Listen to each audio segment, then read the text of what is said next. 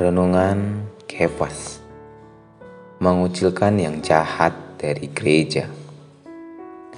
Dalam 1 Korintus pasal 5 ayat 13 berkata, mereka yang berada di luar jemaat akan dihakimi Allah. Usirlah orang yang melakukan kejahatan dari tengah-tengah kamu.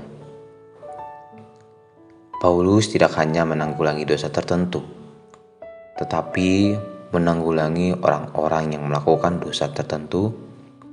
Ia juga menanggulangi orang-orang yang hidup di dalam dosa itu. Ada satu perbedaan yang penting di sini. Misalnya, berbuat zina berbeda dengan menjadi penzina.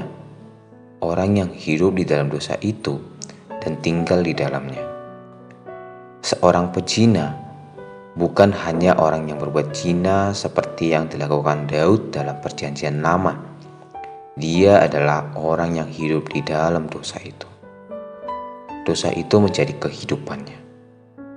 Jadi, orang semacam itu menjadi seorang pezina.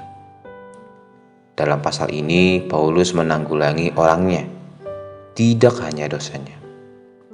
Berarti, ia tidak saja menyingkirkan dosa dari gereja, ia juga menghukum dan menyingkirkan orang yang berdosa. Andai kata karena kelemahannya seorang saudara melakukan satu dosa yang khusus, kita harus membantunya bertobat, meninggalkan dosa itu, dan kembali kepada Tuhan. Sobat Kefas, dalam pasal ini kita mempunyai beberapa butir yang penting.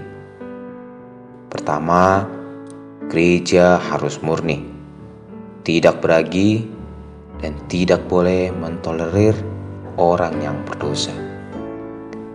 Kedua, kita harus belajar melatih roh kita dan menggunakan roh kita dalam setiap situasi.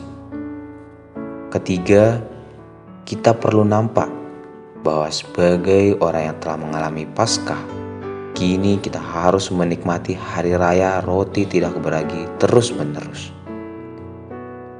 Akhirnya, jika seseorang benar-benar menjadi jahat dan menolak bertobat, dia harus disingkirkan dari kehidupan gereja.